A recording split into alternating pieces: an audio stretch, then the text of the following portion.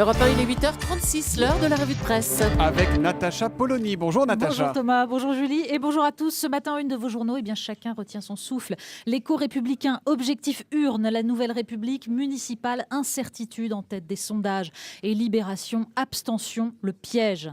Et puis, le visage du jour, c'est bien sûr celui de Nicolas Sarkozy, l'air grave et la cravate noire.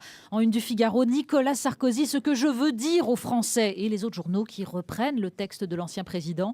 Sud-Ouest, Nicolas Sarkozy rompt le silence, la Marseillaise, les mots de l'indécence. C'est vrai qu'on peut la lire, on l'a analysée, décortiquée, cette tribune de Nicolas Sarkozy, elle est partout ce matin. Oui, double page du Figaro, 7 colonnes, une photo immense, et puis donc ces fameux mots que tout le monde a retenus. On avait la gauche et son leitmotiv préféré, les heures les plus sombres de notre histoire. Eh bien, il y a désormais l'ex-président et sa référence phare, les activités de la Stasi.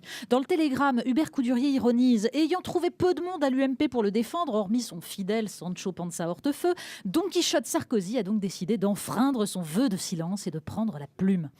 Personne parmi les éditorialistes ne se risque à prédire les effets sur le scrutin de ce que Cécile Cornudet dans Les Échos appelle le retour du guerrier Sarkozy, un guerrier, dit-elle, armé de rage.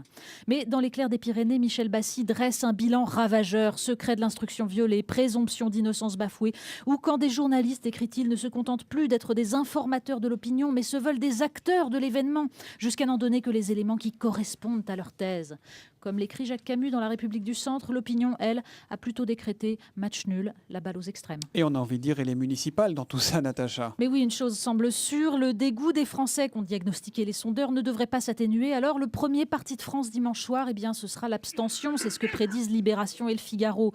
Dans Le Monde, Laurent Bouvet livre une analyse passionnante de la désacralisation du pouvoir et du piège de cette normalité qui révèle la perte de pouvoir du politique face à l'évolution de la démocratie. Cette normalisation, dit-il, se laisse deviner comme une sorte de vide entre d'un côté le règne de la gestion technique des affaires économiques et de l'autre les injonctions incessantes de la morale qui pèsent sur l'activité publique. Et comme en écho, Marianne pose en une cette question. Qui dirige vraiment la France ? Un dossier sur le pouvoir des lobbies, sur la morgue de ces patrons du CAC 40 qui, comme celui de Vivendi par exemple, peuvent poser un lapin au secrétaire général de l'Élysée avec une indifférence pleine de mépris. Et pendant ce temps, nous dit Joseph Massescaron, François Hollande commente jovial et caustique. Ne dites pas à François Hollande qu'il est président de la République, il se croit éditorialiste. Et ce qu'il commente, une démocratie bien malade. Pour penser à autre chose et parler d'autre chose, vous nous conseillez ce matin d'ouvrir le magazine M, le magazine du Monde. Oui, il consacre un reportage à cette extraordinaire expérience d'un homme qui, dans un camp de réfugiés syriens en Jordanie, fait jouer du Shakespeare à des enfants. Le Roi Lear et Hamlet par des enfants de 9 à 14 ans parce que, dit Nawar Boulboul, les Syriens sont capables même dans ces conditions-là, de comprendre et d'aimer les plus grands ouvrages de la littérature occidentale et de se les approprier. Dès que nous naissons, proclame le roi Lear, nous pleurons d'être venus sur ce grand théâtre de fous. C'est le cri universel des enfants syriens. On termine avec le docteur Polony, c'est ça ?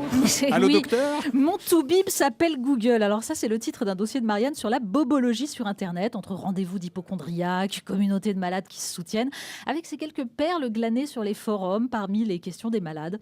Je ne porte pas de sous-vêtements sous mon pantalon, je voudrais savoir quels sont les risques à long terme. Ou j'ai froid tout le temps à partir de la 3e phalange de mon index droit. D'où cela peut-il venir ? Mais on compte par en bas ou par en haut, en fait, la 3e ?